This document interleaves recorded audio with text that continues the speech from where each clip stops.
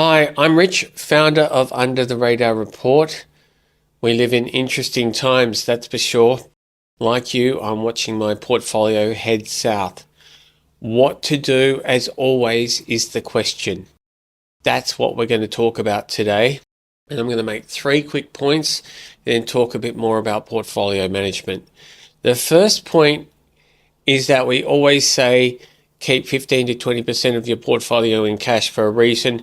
This is the reason. You need to be ready to jump on opportunities. That's what your cash is for. So this is what we did in COVID.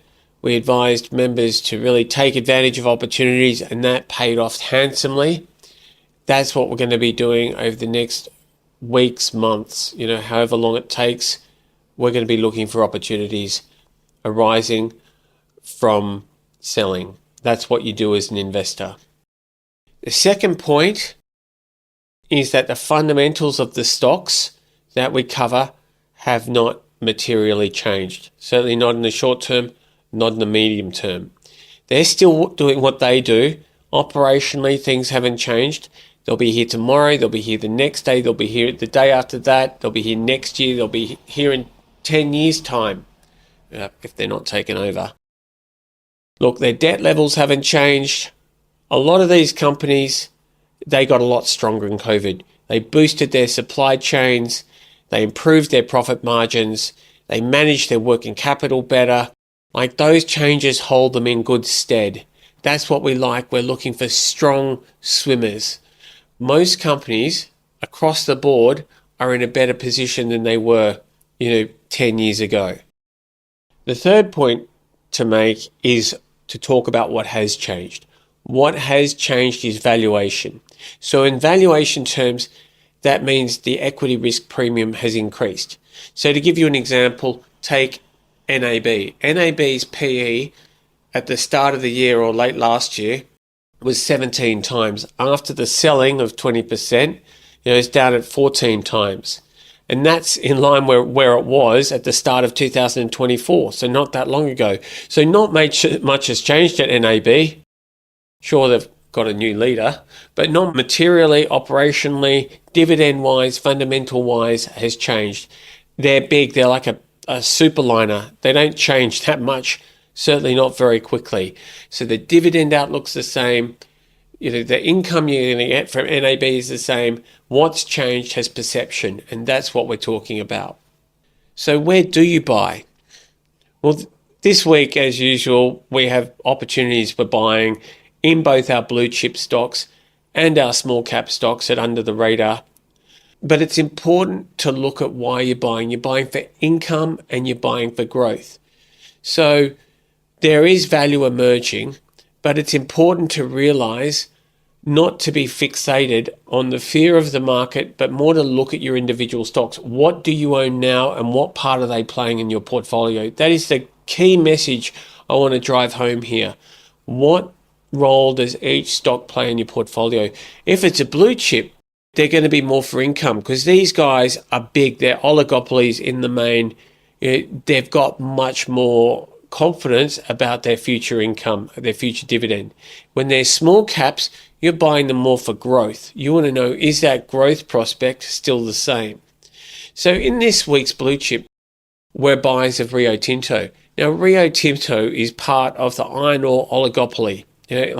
These guys are the lowest cost producers in the world. And even though we saw iron ore prices down a lot, they were able to, increase the spigots. They were able to churn out, a good outcome last year. Now, basically, what we're talking about in Rio Tinto is a strong swimmer. So you might put 12% in Rio Tinto. That's the kind of value that you might put in Rio Tinto. But in Under the Radar report, our small cap focus, we look at nuclear. We look at the nuclear industry. We look at uranium stocks in particular. So these stocks are much more speculative. Whereas iron ore is a mature industry, it's a bulk industry, uranium and nuclear is very much earlier in its life cycle. There's a lot more risk. So this can be also seen in other commodities like lithium, or what they call critical minerals. These are much more speculative investments.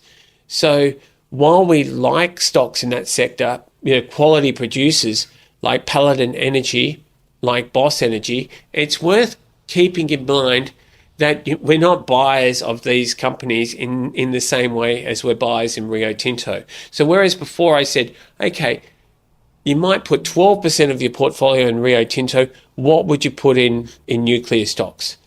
Well, that depends on sentiment.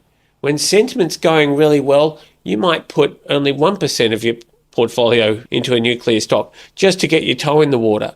You don't want to be buying when the sentiment's hot. Whereas right now, sentiment's subdued. Well, you might want 2.5% of your portfolio in nuclear. So you might say, well, I think there's value here. And if you've already got 2.5%, you might put another 2.5% if you're an aggressive investor into nuclear. That's if you're an aggressive investor. So then what happens? The market does its work. That 5% goes to 10%. Then you take profits on that 10% and get your weighting back down to 5%. That's managing your portfolio. That's managing risk. I mean, you do not want to be overexposed to stocks when they're higher risk. You want to be taking profits along the way. That's what we keep telling people. So managing a portfolio is all about sleeping at night. That's what we want to give you, the ability to be in control of what you own and not panicking. Like basically, the market is scary at the moment, but reading our reports gives you good information on both the industries, in this case this week, iron ore and nuclear and uranium. And also, it gives you stock-specific news so you can understand what each company's doing and how it relates to those industries. When the sea's rough, you want a firm hand on the tiller. We want to help you be calm so that you make good decisions for your portfolio and for your future wealth. Great to see you again. Looking forward to the next Rich with Rich.